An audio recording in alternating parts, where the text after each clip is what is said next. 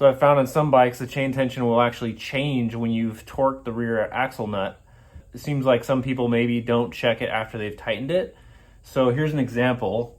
This chain is not bad, borderline loose, a little bit loose, but watch what happens when I tighten the rear nut. I'm using this towel to, usually I'll give it a couple hits on the back of the tire, just hit it like that.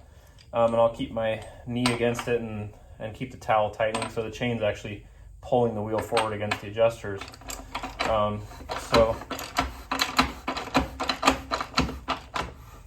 snugged up now, and now the chain is much tighter and actually too tight. Like, it's very little, like there's only about a ½ inch of free play there. It's now got maybe like 30% of the free play that it had before. And it's definitely too tight, which is going to strain the whole drivetrain. And especially when the suspension is moving up and down on the road, it's going to get slightly tighter when it goes up. So pretty bad on the countershaft for that. So definitely check your chain after you've tightened it. But you'll learn with your bike that how much it's going to suck up of that slack. So you'll know to like how much tension to put on the chain, and then when you tighten it, it'll be right.